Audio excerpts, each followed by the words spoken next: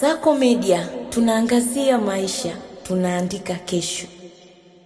Kocha mkuu wa Arsenal the Gunners, Mikel Arteta amesema mwenendo mzuri na uthabiti wa kikosi chake msimu huu unapaswa kuwapa wachezaji imani kuwa wanaweza kuandika historia, huku klabu hiyo ikiendelea kuwania mataji manne tofauti. Arteta alitoa kauli hiyo wakati wa msimu huu ukiwa unaingia katika hatua nyeti ya mwisho. Arsenal ambao wamemaliza nafasi ya pili katika ligi kuu ya England kwa misimu mitatu iliyopita, kwa sasa wanaongoza msimamo wa ligi wakiwa na tofauti ya pointi 9 kileleni. Kikosi hicho hakijapoteza mchezo wowote katika mechi 10 za mwisho kwenye mashindano yote, hali inayoonyesha uimara mkubwa wa kikosi hicho cha msimu huu.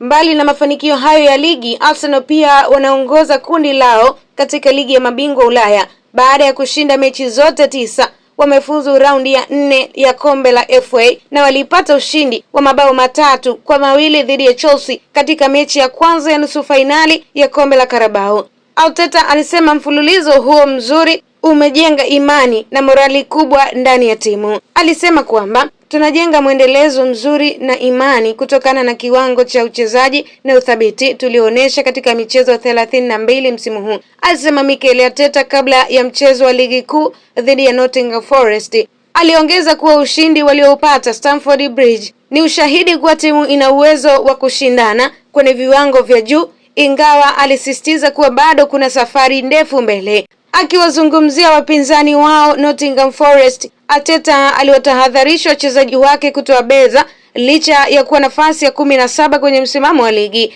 Alimsifu kocha wao Sean Dyche kwa kubadilisha timu hiyo tangu walipoteuliwa Oktoba, akisema Forest kwa sasa wana utambulisho na ufanisi unaowafanya kuwa wapinzani hatari, hasa wanapokutana na timu kubwa.